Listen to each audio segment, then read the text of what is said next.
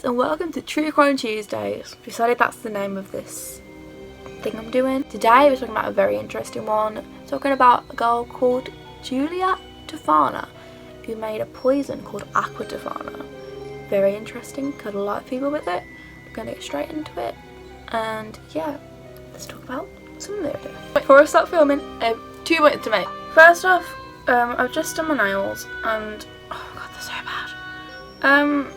They're not terrible. Like, they could be better, but considering it's the first time I've done my own like proper acrylics, they're not too bad. But you know when you they've been dry for ages but you're still stressed about scuffing them? I'm kind of like that, so if you see me acting a bit odd, then you know why. Also, please excuse my natural hair. I need to give my hair a break from heat, so it's kind of looking a bit crazy. Please excuse that, this video is a bit of a mess. So, today we're talking about the case of Giulia Tofana. I think that's how you say the name, I'm very sorry if it's wrong. Just a pre-warning, I am English, so I'm not very good at pronouncing Italian words/names. So I might mess up a few pronunciations. I tried my best, I'm sorry guys, I'm not good at words. Giulia was an Italian woman born in 1620, so a long time ago. And there's no really records of her, like there's no known portraits of her or anything like that. So we don't know what she looked like, and some people believe she wasn't even a real person, but there's a lot to suggest that she was, so I'm going to go with that option, otherwise the story wouldn't be real. So her mother, I'm not even going to try and say her mother's name, she was executed on the 12th of July 1633, and she was actually accused of murdering her husband. I'm not sure if this husband was Giulia's dad or not, like, I'm not really sure what the situation there was, but nevertheless, her mother was executed. And in her childhood, Giulia spent a lot of time with apothecaries, the equivalent of doctors that still exist. They're basically like made medicine and stuff. She spent a lot of time with those, and she also spent a lot of time with her mother, and it's also thought that her mother could make poison as well. So this is very important that she spent a lot of time making concoctions and stuff. Be important for later on in the story, so keep that in your noggin. So it's not sure when Giulia made this, but she created a poison called aqua Toffana, and this poison, well, later on in the story you'll find out this poison kills a lot of people. So before I go any further in the story, I just kind of want to give you a little background of obviously what the world was like at this time. So Italy, like many other countries, and still to this day, women are seen as second-class citizens compared to men. Women, they belong to their fathers in childhood, and then their families decide who they're going to marry, and they get sent off, and then their properties are their husbands. They have no rights at all. So women only had 3 ways of making money: getting married, begging, or sex work, which then is known as prostitution. But obviously sex work now is more, I don't know what's the word, like accepted than back then when it was like frowned upon. They'd be forced into arranged marriages, half of them would die in childbirth, and they'd have so many kids, like, and they'd have to take care of them all. Women just didn't have a great time, like they had no say and no freedom. So there's a little bit of background there, and later on it will make you understand why these women did what they did. So the purpose of aqua Toffana was, so Giulia would sell it to women like who were married, and these women would use it to poison their husbands to get out of marriage because there was no other way to get out of it. So this is kind of why she did it. Now obviously it's not really the best thing to be doing, like selling poison. It's kind of illegal whenever you're intending to kill people with it. So she set up her beauty company to kind of hide this.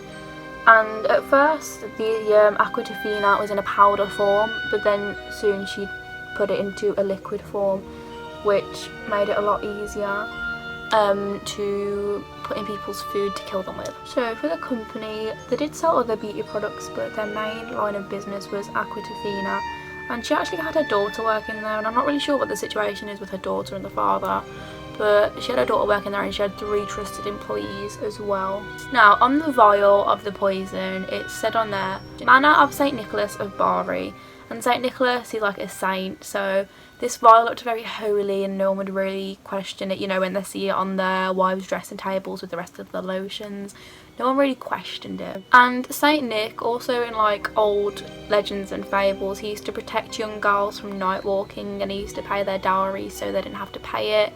And dowries is basically where when you get a divorce you owe your husband or wife a certain amount of money, so he'd pay this off for them so they were debt free. So that's just a fun little bit of information there. Now on the bottle, Giulia actually gave a little card out with it, and this card was basically like directions of how to use it, but it would describe it as like, you know, how to use it if it was a beauty product. Like it would say like, you know, 1 to 2 drops at night, etc. But it was also kind of subtly hinting the instructions for how to kill your husband, so having directions made it look more sort of like professional, I guess. But yeah, Giulia was really covering her tracks here. She actually kept this business up for 50 years. She was like selling poison to these women, and I think that's impressive, 50 years. So the reason Acqua Tofana was so good to use for this was because it was colourless, it was tasteless, it had no smell, it couldn't be detected in any way, and because she's changed it to a liquid, it could be like a few drops put in their soup, in their wine, in their water, and then that would kind of do it. So Giulia actually recommended though that they did it in kind of stages so the husband didn't die immediately, because that would be a bit suspicious. First dose would produce cold-like symptoms, but like, you know, it wasn't the end of the world, because they'd just think, oh, I've got a cold, you know, nothing too serious. But then by the second dose, they'd be a little bit more real, more like the flu, like a serious flu. So then they'd take some time off work, you know, take some time to themselves because they feel a little bit rough. Now by the third dose, they'd be incredibly ill, they'd be throwing up, they'd have diarrhea, they'd have like a burning sensation in their digestive system, and by this point the doctor would normally be called out, and the doctor would be like, you have a simple illness, let's give you the medicine for it, and then the doctor would be on his way thinking he's cured the guy. But in actual fact, he hasn't cured the guy, because the 4th dose is what kills them. So once the husbands are dead, Giulia, she told the wives to obviously act really sad, to act anxious, to act like obviously devastated their husband had just died, and to request an autopsy, because nothing would show up in this autopsy, so it would kind of clear their names and they couldn't be blamed at all for their husband's murder. Now, the main ingredients in Acqua Tofana were lead, arsenic and belladonna. Arsenic and lead, they were used in a lot of beauty products already that helped lighten the face, because in this time period it was kind of fashionable to have like a paler face. Don't know if you've seen the pictures where they got like pale faces and those massive wigs. Yeah, that was like in fashion then. And it also has something called belladonna in. Now I wasn't really sure what belladonna is, and basically they put a tiny drop in their pupils and it makes their pupils like a lot bigger, and that was fashionable in the time. You know, if I see someone with enlarged pupils, I'm like, dude, you're okay, but you know, in that time it was fashionable. So now another reason Acqua Tofana was so good was because the husbands, obviously they died, but they had time to kind of sort their affairs out before they died.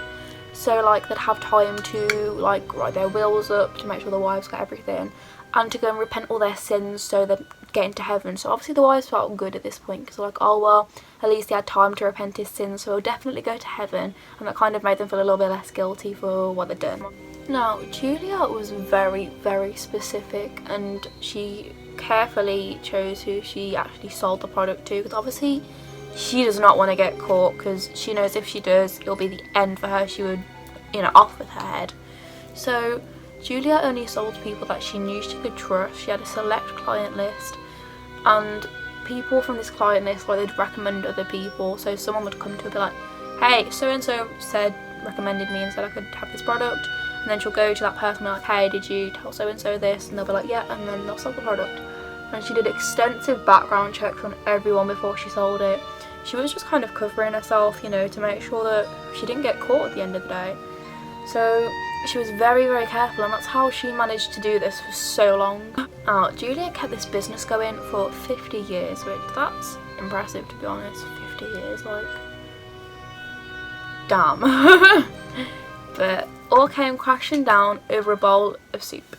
So a woman, she went to Giulia and she brought her poison, you know, to kill her husband, and she went off to put it in his soup. So she puts it in his soup. This is the first dose, so she hasn't given him anything yet. So puts it in his soup, and he goes to take a slurp of it, and then he's like, yo, get me some wine. So she goes to the kitchen, she gets him some wine, and then she comes back and he's there slurping on his soup. And this woman, she feels so guilty about what she's doing, so she screams for him to stop, and he knows something's going on. He's like, what's in the soup, why are you telling me to stop eating it? And he kind of knows she's done something, so she ends up telling him what she did, and he takes her straight down to the police station and hands her in. And the likelihood is, and this is kind of widely believed, that this woman would have been tortured for information about who sold her the poison, stuff like that. And I couldn't actually find what happened to this woman. Well, like, I presume that she was probably killed while being questioned, because that was kind of what they did back then. But like, I can't confirm or deny that, so like, don't take that as like gospel truth. But yeah, obviously when you're being tortured, you are going to tell them stuff. So she told them where she got the poison from and told them about Giulia and where to find her. But rumours spread, and it got back to Giulia that someone had dobbed her in and that she had to go because she knew her fate. She knew she would have died. So Giulia fled Rome, and she went and found a church, and this church let her in for like protection, like sanctuary. That's it. She went to the church. She went to the church for sanctuary, and they granted it. So she was just laying low in this church till she could get out of the country. But rumours start to spread, and a nasty rumour that isn't true starts going around that Giulia has poisoned the water supply throughout the entire of Rome to kill everyone, which isn't true at all. So at this point, people know that Giulia's hiding out in this church, and people are furious because of this rumour going around that she'd poisoned the water supply. So they all go down to the church and demand that Giulia is handed over. I kind of imagine this with like people with pitchforks and torches, you know, like a angry mob. And obviously the church, they're like, Sars, you know, we can't keep you here any longer, and they give her up to the police. So Giulia is handed over to the police, and the same, oh God, oh my face. And what happened to the woman with the soup happened to her. She got tortured for information about who she'd been selling it to, how many people she reckoned had died. Now obviously she'd been selling a lot of this stuff, so she couldn't name all of her client list, but she did name some of them. So the same thing happened to them. They got their own punishments, which I'll get into in a bit. Julia actually reckons that at least 600 men were killed with this poison. 600, which I just want to talk about that for a sec, because that's a crazy amount of people. Like, I get it, it was over a long period of time, but 600 men, like, Giulia was working, she was really promoting her business, I guess. So Giulia got executed along with her daughter and 3 employees who were still working for her.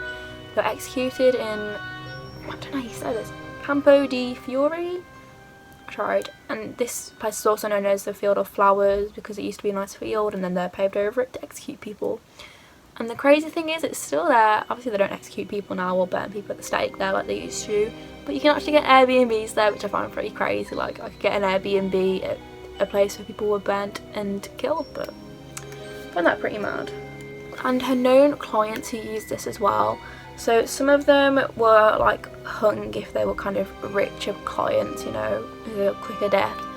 But some of them, and I find this crazy, so they were kind of bricked into the walls of the prison, and obviously in there they can't really breathe properly, don't have any food, water, so they die after like a while, but it's very slow death, and I find that terrifying, like being in that little space. Like, no, don't like that. But yeah, that's the end of this story. A little side note which I find pretty fun, I don't think it's true, but so on his deathbed, Mozart, you know, the classical composer guy, this is 100 years after this happened, he claimed that he had been poisoned by aqua Toffana. Yes, so on his deathbed he said, "I feel definitely that I will not last much longer. I am sure I have been poisoned. Someone has given me aqua Toffana to calculate the precise time of my death." Now, it couldn't be confirmed or denied if it was aqua Toffana, but isn't that interesting? You can see my skulls behind, that's kind of, don't look that for me. But yeah, that's the end of this case. I hope you enjoyed it. I feel like this video was a little bit of a mess, a little bit all over the place. So yeah, hope you enjoyed this video. Give it a thumbs up if you did. Like, comment, subscribe, all of that good stuff, and I will see you in the next one. Bye guys!